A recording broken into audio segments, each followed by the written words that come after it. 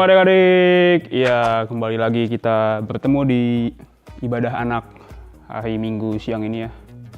Setelah 1 minggu kita tidak bertemu adik-adik, kita harus bersyukur gitu ya karena Tuhan masih ngasih kita kesempatan buat bisa kumpul lagi nih di ibadah anak pada Minggu siang atau Minggu sore ini. Kakak yakin adik-adik udah mempersiapkan diri gitu ya untuk mengikuti ibadah anak pada siang hari ini. Sebelum kita mulai, seperti biasa kita berdoa dulu ya adik-adik. Adik-adik bisa tutup mata dan lipat tangannya. Mari kita berdoa bersama-sama. Selamat siang ya Tuhan kami Yesus Kristus Allah Kudus. Sekali lagi kami mengucap syukur karena Engkau Allah yang sudah mengumpulkan kami, juga setiap anak-anakmu, adik-adik kami dimanapun mereka berada, di rumah ataupun di tempat saat ini mereka sedang menonton ibadah anak ini melalui siaran YouTube. Sekali lagi mengucap syukur Tuhan untuk apa yang sudah Kau berikan sepanjang minggu ini, untuk semua kasih, penyertaan dan semua berkat yang Kau curahkan di dalam kehidupan kami, dalam kehidupan setiap adik-adikmu.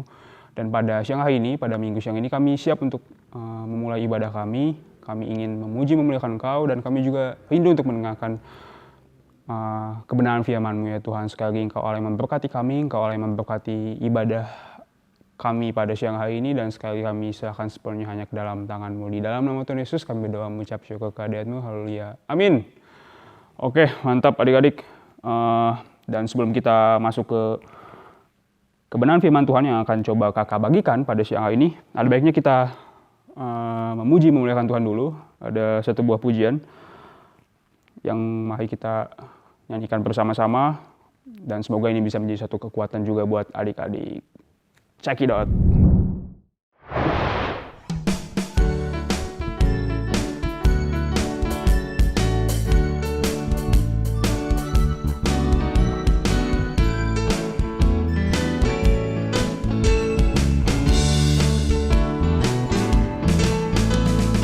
Kau temanku, ku temanmu, kita selalu bersama, seperti mentega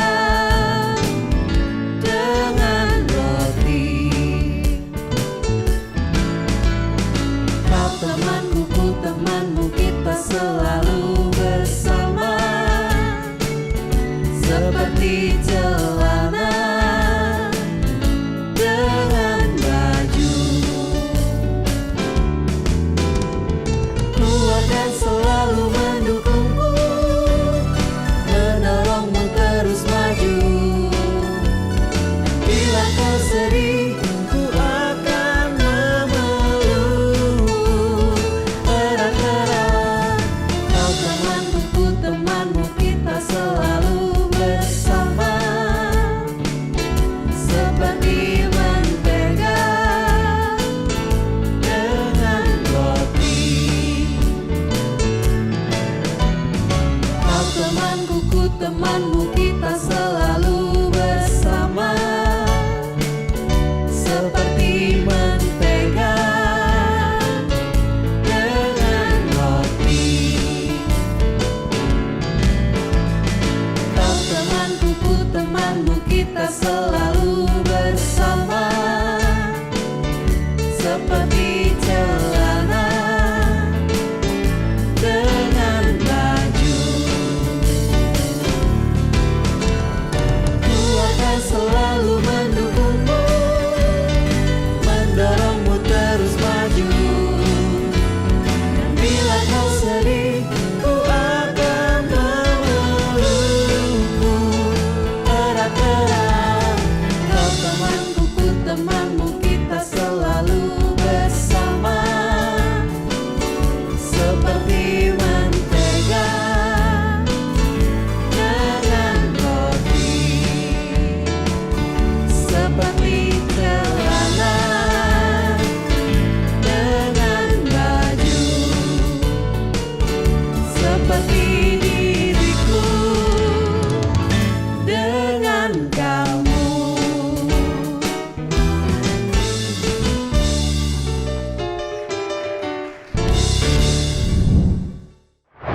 Oke, itu tadi dia satu buah pujian yang luar biasa ya adik-adik. Semoga itu menjadi satu buah ya bisa menjadi kekuatan gitu, bisa menjadi sukacita buat adik-adik sekali lagi meskipun kita saat ini masih di situasi pandemi gitu ya, kita masih belum bisa ketemu secara fisik, kita masih belum bisa melangsungkan atau melakukan ibadah secara langsung gitu ya. Tapi percayalah bahwa di dalam tuntunan Tuhan, di dalam penyataan Tuhan, sukacita itu tetap ada ya adik-adik, dan percayalah bahwa suatu saat nanti kita bakal bisa lagi mengadakan ibadah secara langsung gitu ya. Kita bisa ketemu lagi secara langsung, dan kita bisa bersama-sama lagi memuji memuliakan Tuhan dan mendengarkan firman Tuhan bersama-sama. Itu tadi satu pujian. Nah, tadi kita udah memuji memuliakan Tuhan, saatnya sekarang kita mendengarkan sebuah cerita kebenaran firman Tuhan. Dan sebenarnya sekaligus juga melanjutkan dari apa yang sudah disampaikan oleh Pak Joko gitu ya minggu lalu di ibadah Zoom. Kalau misalnya adik-adik ingat di minggu lalu ketika Pak Joko menyampaikan firman Tuhan di ibadah Zoom, Pak Joko tuh bercerita tentang Daud gitu ya. Adik-adik udah tahu ya Daud ya, siapa? Daud itu adalah Raja Israel. Raja Israel menggantikan Saul.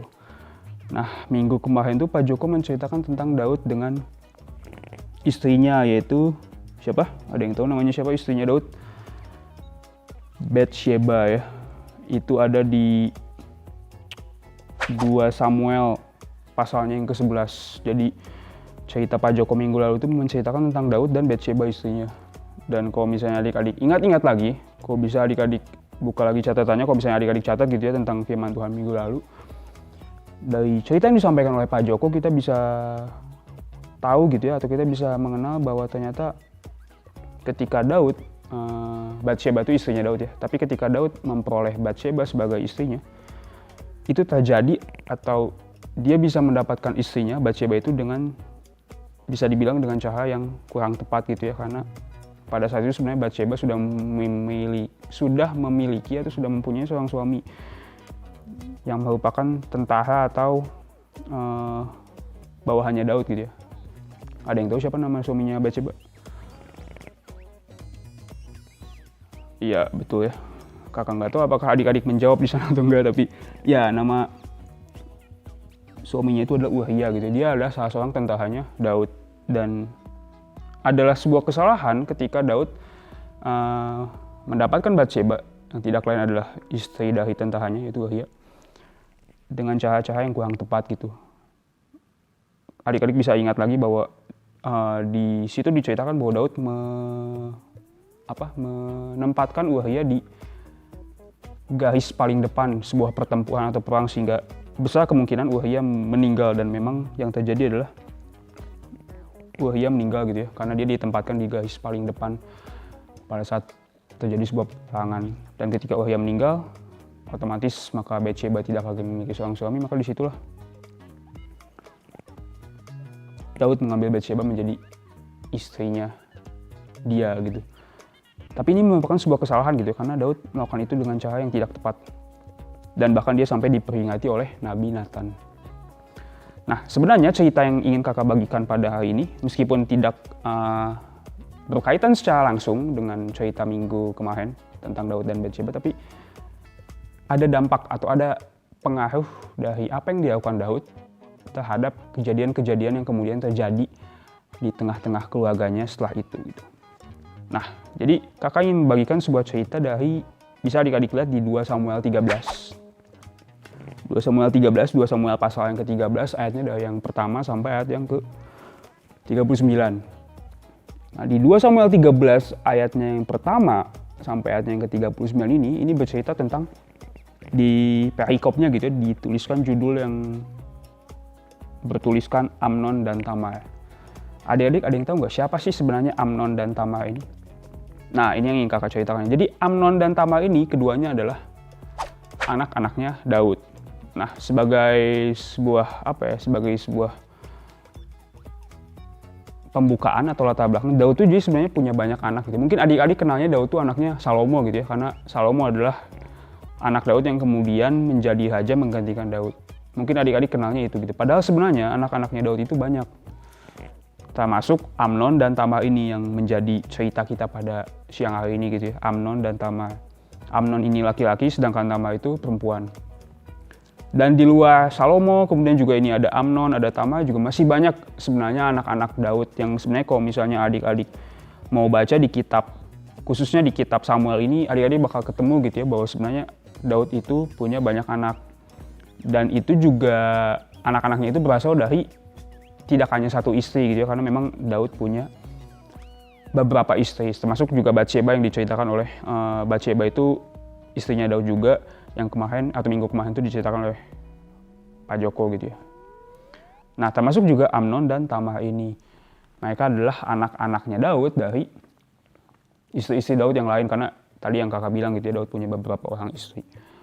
Dan Amnon ini adalah anak laki-laki, salah satu anak laki-laki Daud dan merupakan anak tertuanya Daud. Dan dia sebenarnya digadang-gadang akan menjadi penggantinya Daud gitu ya, kalau misalnya Daud tidak lagi menjadi raja. Karena biasanya memang raja itu dituhankan kepada anak laki-laki dan anak laki-laki yang paling tua kalau di masa itu gitu ya. Dan sampai sekarang juga kalau misalnya adik-adik baca di silsilah kerajaan tuh memang hampir sebagian besar kerajaan tuh memang seperti itu gitu. Jadi raja itu kan pasti dituhankan tuh dari ayahnya kepada anaknya, nanti dari anaknya kepada anaknya lagi. Nah itu biasanya dituhankan ke anak yang paling tua dan harus laki-laki gitu ya.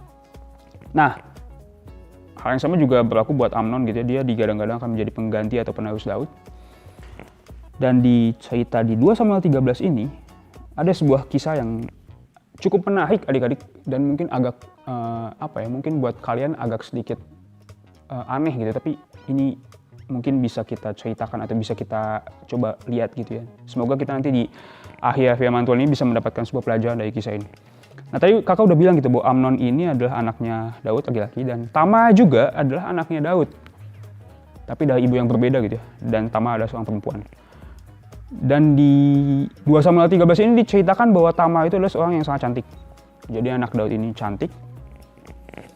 Dan ternyata karena kecantikannya ini, Amnon yang tidak lain adalah juga saudara Tamar gitu ya, karena mereka satu ayah gitu Daud meskipun beda ibu, memiliki ketertarikan atau kalau zaman sekarang tuh mungkin bisa dibilang suka gitu ya, atau ya memiliki ketertarikan. Biasalah seorang laki-laki pasti punya ketertarikan terhadap lawan jenisnya, perempuan. Nah di cerita ini meskipun mereka bersaudara, ternyata Amnon anak laki-laki Daud itu memiliki ketertarikan kepada Tamar gitu ya, karena Tamar memiliki paras yang sangat cantik.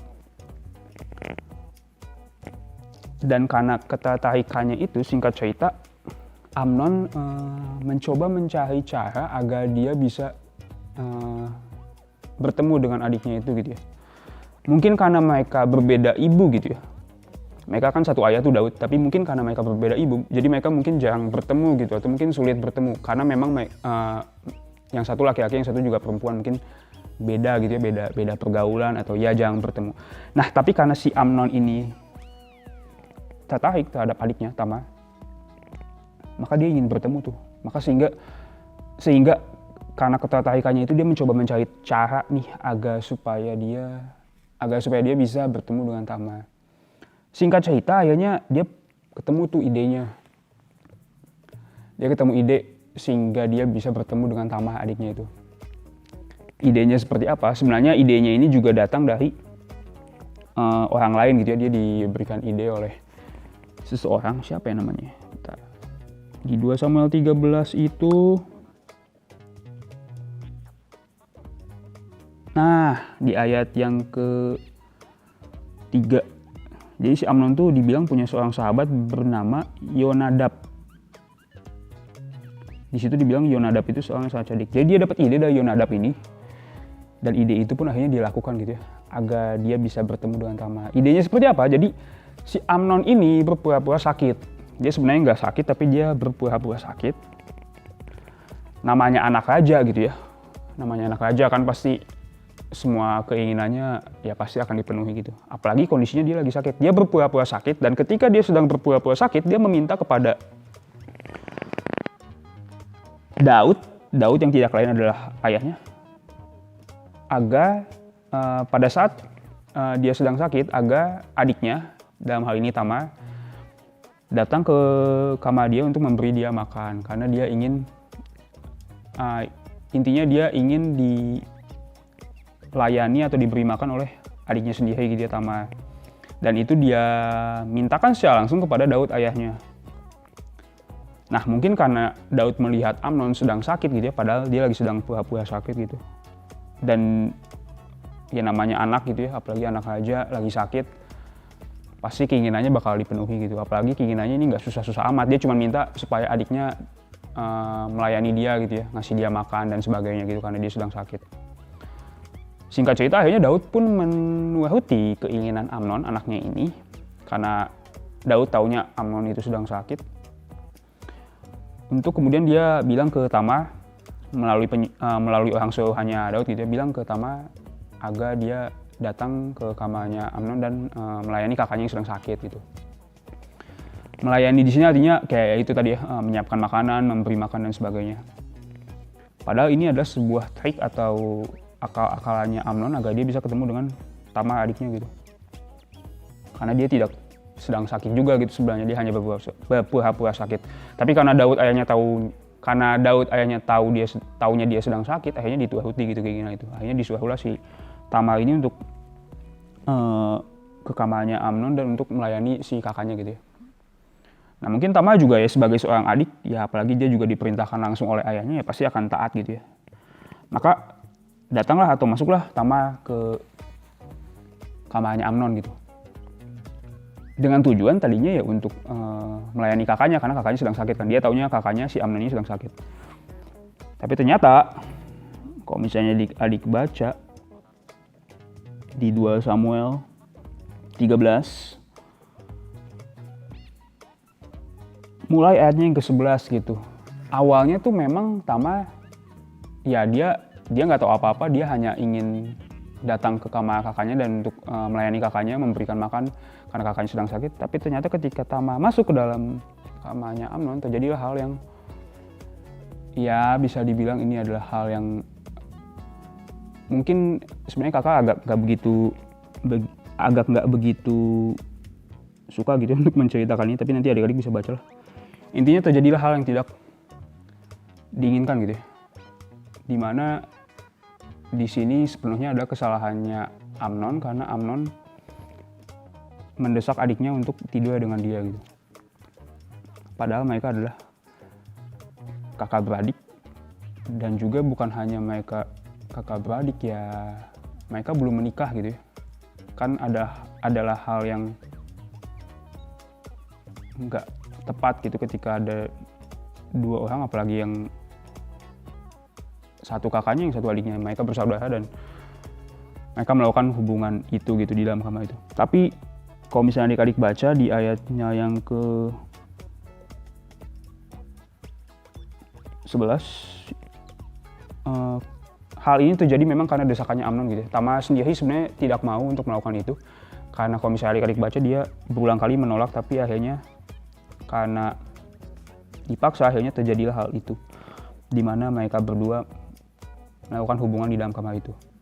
Singkat cerita akhirnya terjadilah hal itu, dan tentu itu adalah hal yang tepat gitu ya, salah gitu, apalagi di lingkungan kerajaan gitu ya, dilakukan oleh anak-anak raja atas desakannya Amnon, maka terjadilah hal itu.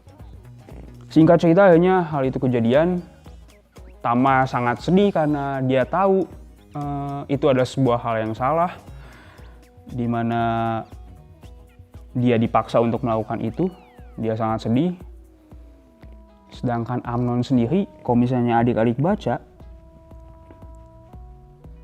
sesudah dia melakukan itu, dia malah membenci adiknya sendiri gitu ya, si Tamar. Ini juga ada hal yang sangat membingungkan gitu. Padahal dia yang memaksa untuk melakukan itu, Amnon sendiri yang memaksa, tapi kemudian setelah dia melakukan itu, dia malah membenci adiknya gitu. Maka terjadilah hal itu gitu ya, itu yang kakak bilang sebagai hal yang tidak diinginkan. Singkat cerita, jadi Tamar ini punya kakak, tapi ini kakak kandungnya gitu ya. Kalau Amnon kan bisa dibilang sebagai kakak tiri mungkin ya, karena beda ibu. Nah, Tamar ini punya kakak laki-laki yang tidak lain adalah kakak kandungnya, namanya Absalom. Mungkin adik-adik pernah dengar gitu ya, nama Absalom. Nah, kejadian ini sampailah ke telinganya atau diketahui oleh Absalom. Absalom sebagai kakak kandungnya Tamar gitu ya, pasti merasa marah gitu ya, merasa kecewa, sangat marah terhadap apa yang dilakukan oleh Amnon gitu, karena dia sudah bisa dibilang merusak adik kandungnya gitu si Tamar ini. Nah, kejadian ini sampai ke sampai ke telinga Absalom. Ditanyakan juga oleh Absalom kepada adiknya dan memang adiknya menceritakan seperti itu. Absalom menyimpan kekesalannya dia. Dia menjadi sangat marah karena tahu bahwa adiknya sudah dirusak oleh Amnon. Dan cerita ini juga sampai ke telinga Raja Daud gitu ya. Dan Raja Daud juga jelas pasti sangat marah gitu ketika dia tahu ada kejadian seperti ini. Tapi di pasal yang ke-13 ini nggak diceritakan sih apa tindak lanjut dari Daud gitu ya. Jadi Daud tuh cuma marah. Daud sebagai raja dan sebagai ayah pasti marah gitu ya. Tapi dia tidak melakukan apa-apa. Karena memang tidak ada penjelasan gitu apa yang dilakukan Daud setelah dia mendengar kejadian itu. Jadi setelah kejadian ini terjadi dan kemudian diketahui oleh Absalom sebagai kakaknya Tamar, juga diketahui oleh Daud sebagai ayahnya mereka gitu. Daud dan Absalom sama-sama marah gitu ya, tapi tidak diceritakan khususnya untuk Daud gitu ya, tidak diceritakan apa kemudian yang dilakukan oleh Daud, nggak ada gitu. Dia hanya di 2 Samuel 13-nya dituliskan bahwa Daud itu marah, tapi dia tidak melakukan apa-apa. Sedangkan Absalom berbeda. Dia memang menyimpan kemarahan itu karena dia sangat marah karena yaitu tadi Amnon sudah bisa dibilang mengambil kesucian adiknya. Kemudian kalau misalnya adik-adik baca di di ayat selanjutnya mulai dari ayat ke-23. Kebencian Absalom atau kemarahan Absalom itu dia pupuk, dia simpan sampai akhirnya kemudian ini sebenarnya cukup panjang ceritanya adik-adik, cuma nanti adik-adik bisa baca mulai dari ayatnya yang ke-20 di 2 Samuel 13 ayatnya yang ke-23 sampai ayat yang ke-39. Absalom kemudian mencari sebuah cara atau mencari waktu atau mencari sebuah kesempatan sampai dia memperoleh kesempatan untuk bisa membunuh Amnon. Kenapa dia membunuh Amnon? Yaitu tadi, itu semua dimulai dari kekesalan atau kemarahan dia karena Amnon sudah merenggut atau merusak adiknya sendiri yaitu Tamar gitu. Sebagai seorang kakak mungkin dia merasa dia perlu melakukan sesuatu tapi apa yang dia lakukan mungkin juga salah adik-adik.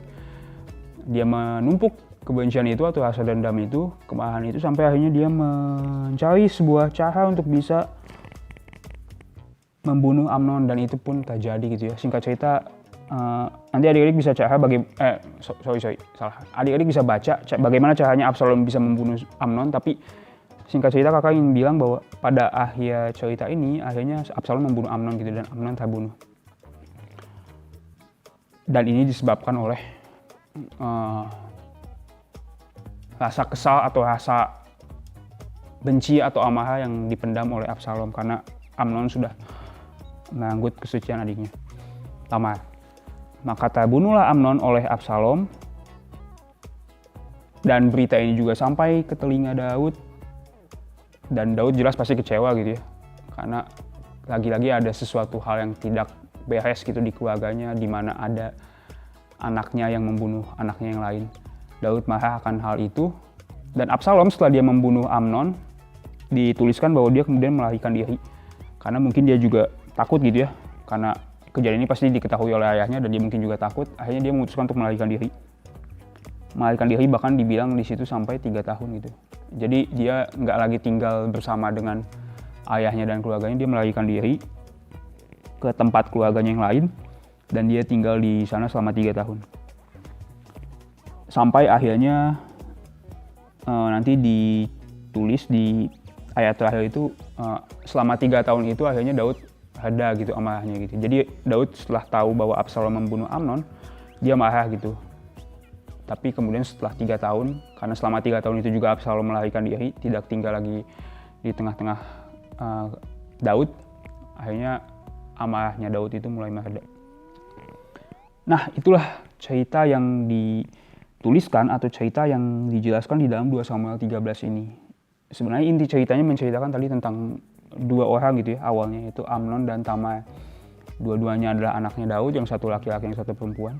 Kemudian ada kejadian yang tidak mengenakan di mana Amnon memaksa Tamar untuk tidur dengan dia. Terjadilah itu. Di satu sisi Daud marah tapi dia tidak melakukan apa-apa. Daud sebagai seorang ayah dia marah tapi dia tidak melakukan apa-apa. Dan di sisi lain ada Absalom, kakak kandungnya Tamar. Dia juga marah, dia memendam rasa kebencian atau amarah yang sangat besar kepada Amnon. Dan kemudian dia memumpuk itu sampai satu saat akhirnya dia membunuh Amnon. Ketika ada kesempatan untuk membunuh Amnon, dia membunuh Amnon. Dan sesudah dia membunuh Amnon, dia memutuskan untuk melarikan diri. Kalau misalnya adik-adik lihat cerita ini sebuah cerita yang bisa dibilang cerita yang sedih gitu ya. Bukan cerita yang menyenangkan gitu, karena kita melihat begitu banyak, nggak banyak sih, tapi ada beberapa kejadian tidak menyenangkan yang terjadi di dalam keluarganya Daud. Padahal kita tahu adik-adik Daud itu adalah seorang raja. Kan harusnya kalau keluarga raja biasanya kan keluarga yang keluarga yang terhormat lah, terpandang. Namanya juga bangsawan gitu kan, seorang raja dan keluarga-keluarganya. Mereka punya banyak kekayaan, mereka punya segala sesuatunya lah karena mereka adalah raja. Tetapi di dalam kehidupan keluarga Daud ternyata banyak kejadian-kejadian yang tidak mengenakan. Dimulai dari Amnon yang tidur dengan adiknya sendiri yaitu Tamar. Dan sesudah itu akhirnya berlanjut dengan Amnon yang dibunuh oleh Absalom, kakak kandungnya Tamar. Karena Absalom jelas marah gitu ya, atau membenci apa yang sudah dilakukan oleh Amnon. Ada banyak kejadian buruk atau kejadian yang tidak mengenakan yang terjadi dalam kehidupan Daud. Dan kalau misalnya kita tarik ke cerita Pak Joko minggu lalu, di mana awalnya Daud juga melakukan hal yang tidak baik gitu ya, di mana dia merebut istri seseorang yang tidak lain adalah bawahannya sendiri, Uria. Istrinya adalah Batsheba dengan cara yang salah. Nah, jadi sebenarnya apa sih adik-adik sebuah pelajaran atau mungkin ya pelajaran yang bisa kita tarik dari cerita ini? Kakak secara pribadi sebenarnya nggak mau bilang bahwa apa yang terjadi di dalam cerita hari ini gitu ya, bahwa ada kejadian di mana Amnon tidur dengan Tamar, kemudian juga berlanjut Absalom membunuh Amnon, itu diakibatkan secara langsung dari apa yang dilakukan Daud sebelumnya. Kalau misalnya adik ingat cerita minggu lalu tentang bagaimana Daud mengambil istri bawahannya ya, Batsheba gitu dengan cara yang salah gitu.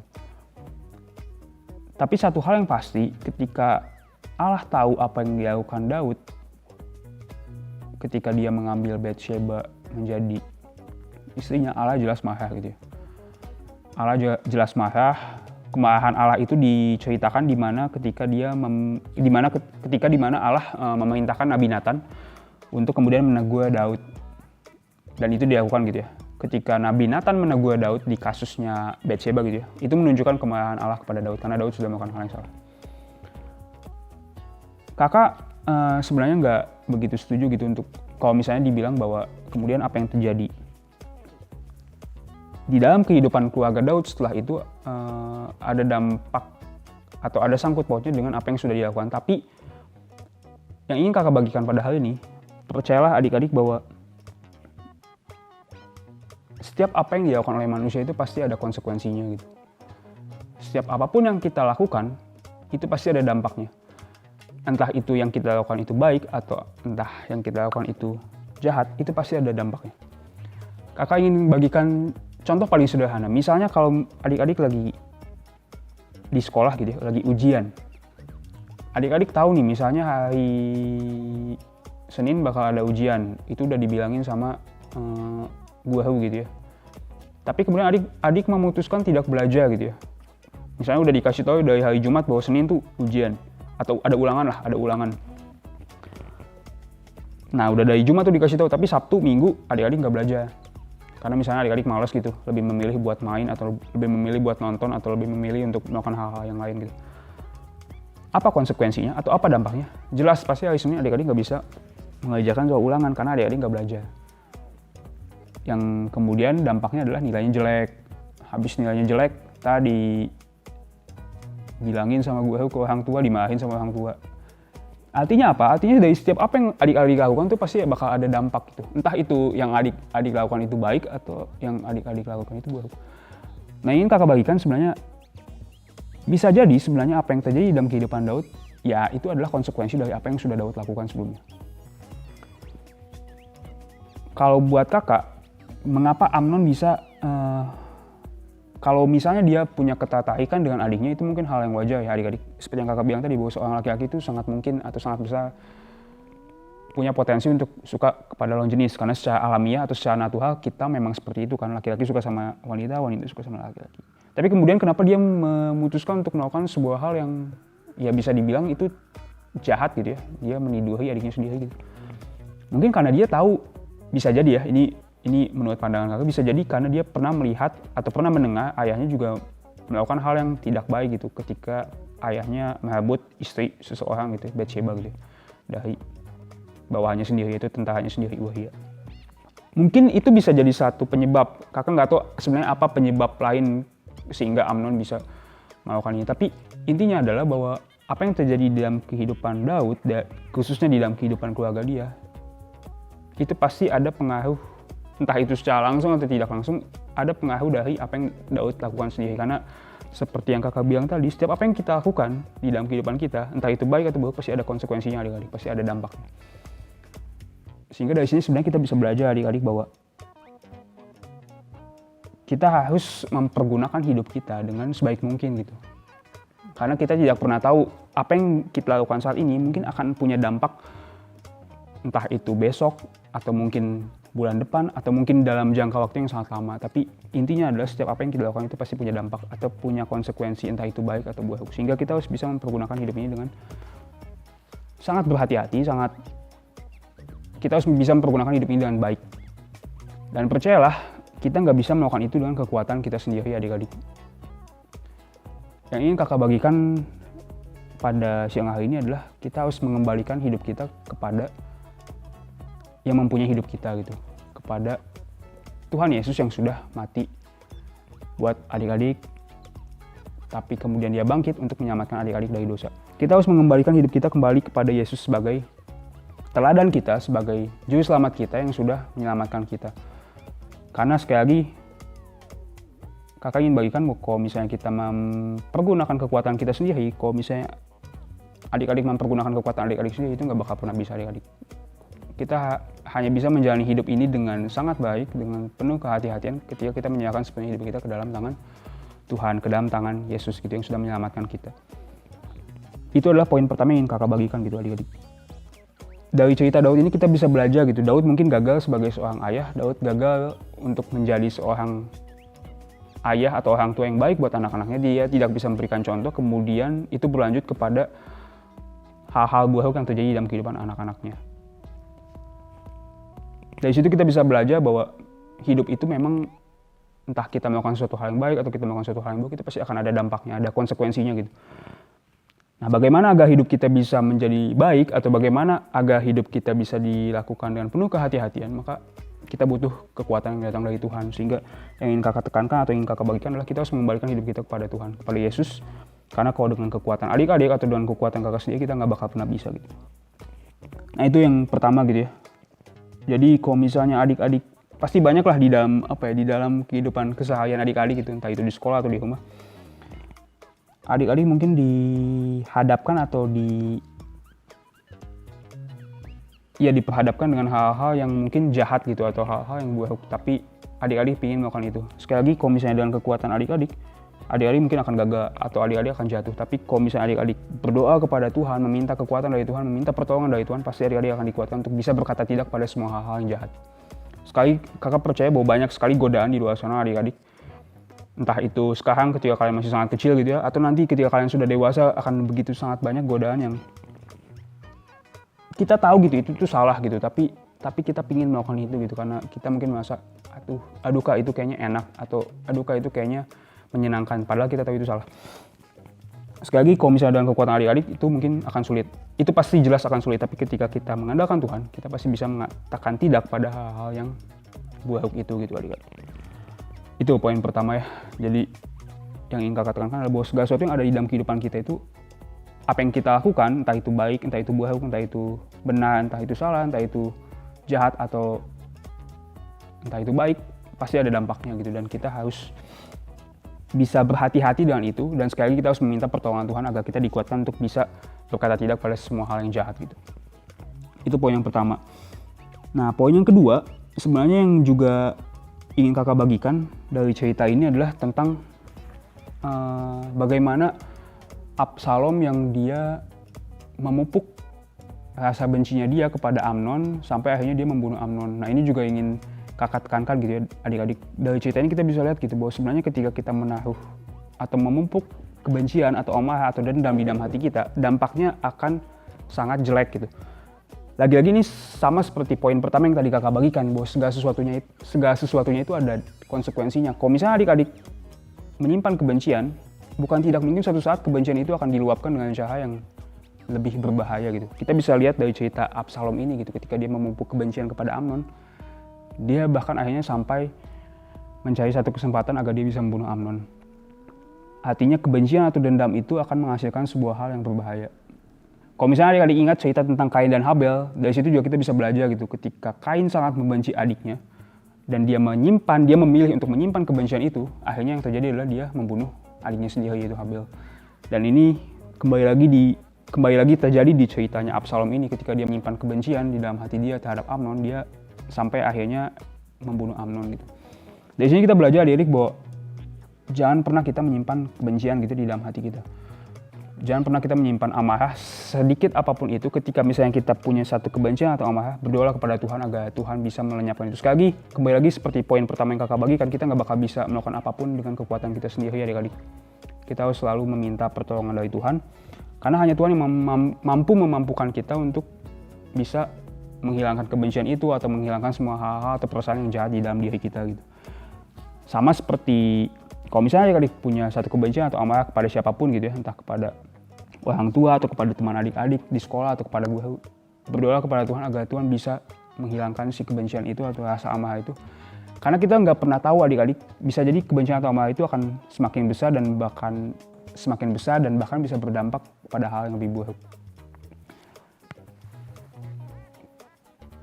Itu sih yang ingin kakak bagikan lewat ceritanya Amnon dan Tamar. Kemudian juga kita sudah mendengar cerita tentang Absalom sekilas gitu ya. Intinya cerita tentang keluarganya Daud gitu ya, tentang anak-anaknya Daud. Dari sini kita bisa belajar gitu bahwa di dalam hidup ini apapun kita lakukan pasti ada konsekuensinya. Dan agar hidup kita bisa bisa kita jalani dengan baik, bisa kita jalani dengan penuh kehati-hatian, kita butuh pertolongan dari Tuhan. Kita harus meminta pertolongan Tuhan. Kita harus berdoa kepada Tuhan Yesus agar Dia yang memampukan kita untuk bisa menjalani hidup ini dalam penuh kehati-hatian. Dan kemudian yang kedua tadi bahwa adalah tidak baik kalau misalnya adik-adik menyimpan kebencian di dalam hati adik-adik. Percayalah bahwa suatu saat itu akan menjadi semakin besar dan bahkan akan lebih memberikan dampak yang merugikan buat entah itu buat adik-adik ataupun buat orang lain. Maka ketika misalnya adik-adik punya rasa marah atau benci kepada siapapun, berdoalah agar Tuhan, karena hanya Tuhan yang bisa melenyapkan itu atau menghilangkan itu. Dan sekali lagi yang harus selalu adik-adik ingat bahwa kita punya teladan adik-adik, yaitu Tuhan Yesus sendiri, yang bahkan ketika dia disakiti, ketika dia dia mendapatkan hal-hal yang buruk gitu ketika dia ada di muka bumi ini. Tapi apakah Tuhan kita pernah membenci orang lain? Enggak, Tuhan. Enggak adik-adik. Apakah Tuhan kita pernah membenci orang yang memusuhi dia? Enggak. Apakah Tuhan pernah membalaskan kejahatan dari kejahatan yang dilakukan oleh orang lain kepada dia? Enggak. Ketika Tuhan Yesus turun ke muka bumi ini, hidup sebagai manusia, dia sudah memberikan sebuah teladan atau contoh kepada kita bagaimana seharusnya kita bersikap. Terlepas dari apapun yang dilakukan oleh orang lain kepada dia, Tuhan gak pernah membenci, Tuhan gak pernah membalaskan kejahatan itu. Bahkan yang disampaikan atau dituliskan di dalam Alkitab, Tuhan Yesus mengasihi semua orang, sehingga dia memutuskan atau dia rela untuk mati di kayu salib untuk menembus dosa setiap umat manusia. Terlepas dari apakah orang itu jahat atau orang itu baik, apakah orang itu bersalah atau orang itu tidak bersalah, dia mengasihi semuanya.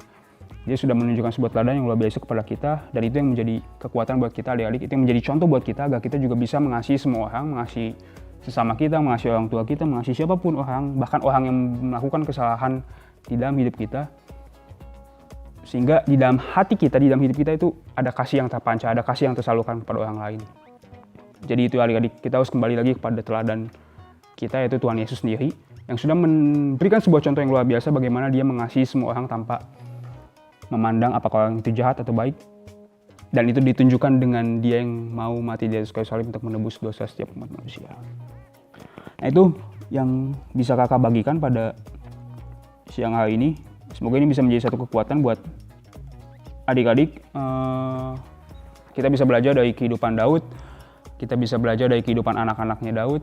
Sekali lagi, adik-adik, kakak, kita bisa melakukan kesalahan, tapi percayalah bahwa ketika kita melakukan kesalahan atau ada kesalahan di dalam hati kita bisa datang kepada Tuhan untuk minta ampun, dan kita bisa minta pertolongan kepada Tuhan untuk memampukan kita untuk bisa menang atas semua dosa, untuk menang atas semua kejahatan, sehingga kita juga bisa menjadi berkat dan memberikan dampak buat orang lain. Itu yang bisa kakak bagikan. Untuk ayat hafalan, mungkin ini ayat hafalannya agak sedikit berbeda dari cerita yang disampaikan pada hari ini, tapi menurut kakak ini sebenarnya bisa mewakili sih. Kalau tadi kakak sempat bilang tentang bagaimana Absalom yang membenci Amnon gitu ya, sampai akhirnya dia membunuh Amnon. Kita kan nggak mau gitu kejadian seperti itu. Kakak nggak mau, adik-adik juga pasti nggak mau untuk kalau misalnya adik-adik sampai membenci orang lain. Nah, ini ada satu ayat yang mungkin bisa menggambarkan kejadian itu gitu ya. Jadi ayat hafalannya itu bisa dibaca di Matius 5 ayat 39. Nanti adik-adik bisa baca, bisa adik-adik hafalkan. Kemudian bisa seperti biasa bisa adik-adik kirim melalui WA ke kakak-kakak pembinanya, yaitu di Matius 5 ayat 39. Sekali lagi, semoga ayat ini bisa menjadi satu kekuatan buat adik-adik agar kita bisa belajar dari cerita keluarganya Daud ini, kita bisa belajar dari ceritanya Amnon, Tamar, dan juga Absalom ini. Semoga adik-adik bisa bisa belajar bahwa kebencian itu nggak bakal pernah bisa menyelesaikan masalah apapun. Kebencian itu hanya akan menghasilkan banyak masalah di masa yang akan datang. Itu jadi ayat hafalannya di Matius 5 ayat 39. Adik-adik bisa baca, hafalkan, dan kemudian bisa dikirimkan ke PA kakak pembinanya masing-masing. Itu ya. Nah, sekian firman Tuhan kita pada siang hari ini. Sebagai penutup, adik-adik bisa tutup mata dan lipat tangannya, mari kita berdoa. Selamat siang Tuhan kami Yesus Kristus dan Roh Kudus. Sekali lagi mengucap syukur ya Tuhan untuk ibadah kami pada siang hari ini. Kami sudah memuji memuliakan Engkau. Kami sudah juga mendengarkan sebuah cerita dari kehidupan keluarganya Daud, kehidupan anak-anaknya, khususnya kehidupan Amnon, Tamar, dan juga Absalom.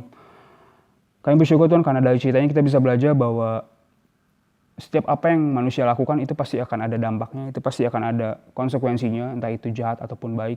Dan kami bisa belajar Tuhan bahwa dengan kekuatan kami sendiri kami nggak akan pernah bisa mampu untuk menjalani hidup ini dengan baik. Kami membutuhkan Engkau, karena itu kami pada saat ini ingin berdoa bahwa Tuhan berikan kami kekuatan untuk bisa mengerti dan memahami apa yang menjadi kehendak-Mu di dalam kehidupan kami, dan mampukan kami untuk bisa melakukan itu Tuhan. Kami juga berdoa Tuhan memohon agar di dalam hati kami jangan sampai ada kebencian ataupun rasa amarah sedikit pun kepada sesama kami, ataupun kepada keluarga kami, ataupun kepada teman-teman kami. Karena kami tahu Tuhan bahwa ketika kami memupuk itu akan ada hal-hal buruk yang akan terjadi kemudian karena kami menyimpan semua rasa amarah, dendam, atau benci di dalam hati kami. Sehingga Tuhan pada saat ini kami berdoa buat setiap anak-anak-Mu, buat setiap adik-adik kami, buat kami masing-masing agar tidak ada kebencian itu dalam hati kami. Singkirkan itu ya Tuhan, tinggallah di dalam hati kami dan penuhilah hati kami dengan kasih, sehingga kami bisa mengasihi sesama kami, mengasihi orang-orang sekeliling kami tanpa terkecuali ya Tuhan, bahkan kepada orang-orang yang sudah melakukan kesalahan kepada kami. Sekali lagi kami percaya Tuhan bahwa di dalam kehidupan kami ada kekuatan yang berasal dari Engkau, dan saat ini hamba-Mu juga ingin berdoa buat setiap adik-adik-Mu dimanapun mereka berada, ke orang yang sertai mereka di dalam setiap kehidupan mereka, di dalam kehidupan keluarga mereka, di dalam studi mereka ataupun sekolah mereka, di dalam setiap apapun yang sedang mereka kerjakan. Aku juga percaya bahwa masa depan yang luar biasa sudah Engkau canangkan, sudah Engkau tetapkan buat mereka, dan biar itu terjadi di dalam waktu-Mu, di dalam kehendak-Mu, dan kami akan melihat semua hal luar biasa, semua perkara luar biasa di dalam kehidupan adik-adik kami. Sekali lagi kami mengucap syukur untuk ibadah kami pada hari ini. Pertemukan kami kembali minggu depan di dalam sukacita, di dalam kekuatan, di dalam kesehatan yang bersama Engkau. Sekali lagi kami mengucap syukur kehadirat-Mu, hanya di dalam nama Tuhan Yesus kami berdoa mengucap syukur kehadirat-Mu. Haleluya. Amin. Oke, itu dia tadi ibadah kita hari ini adik-adik. Jangan lupa dihafalkan ayat hafalannya, dan sampai jumpa lagi minggu depan. Dadah. Nah adik-adik, gimana? Seru kan tadi ibadahnya? Kakak lihat kayaknya di sini ada yang baru pertama kali hadir ya. Kakak ucapkan selamat datang di ibadah anak GKRI Mahkota Kemuliaan. Tuhan Yesus memberkati kalian semua. Adik-adik, buat yang pertama kali baru hadir, adik-adik bisa cek di bawah di description box. Ada di situ data diri ibadah anak. Nah, adik-adik tolong isi ya, supaya kakak-kakak bisa mengenal kalian. Untuk adik-adik juga yang sudah sering hadir di ibadah anak tapi belum pernah mengisi data diri ibadah anak, tolong isi juga ya, biar kakak-kakak bisa data kalian semua. Dan adik-adik, setelah ini adik-adik tolong mengisi presensi ibadah anak. Ingat sekali lagi, harus diisi ya. Presensi ibadah anak itu diisinya setiap minggu. Tetapi kalau data diri ibadah anak cukup 1 kali. Di sana kakak bisa tahu adik-adik apakah ikut ibadah ini atau enggak. Nah adik-adik jangan lupa abis ini pun harus memberikan ayat hafalan. Dikirim di grup ibadah anak. Link grup ibadah anak juga sudah ada di description box video ini. Adik-adik jangan lupa ya untuk mengirimkan ayat hafalan itu supaya kakak-kakak bisa tahu. Nih kakak akan menunjukkan video ayat hafalan minggu lalu. Silahkan ditonton. Tuhan Yesus memberkati kalian semua.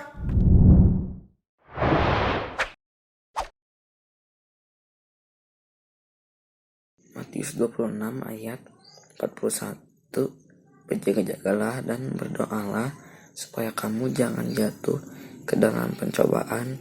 Roh memang penurut tetapi daging lemah. Matius 26 ayat 41, berjaga-jagalah dan berdoalah supaya kamu jangan jatuh ke dalam pencobaan. Roh memang penurut tetapi daging lemah.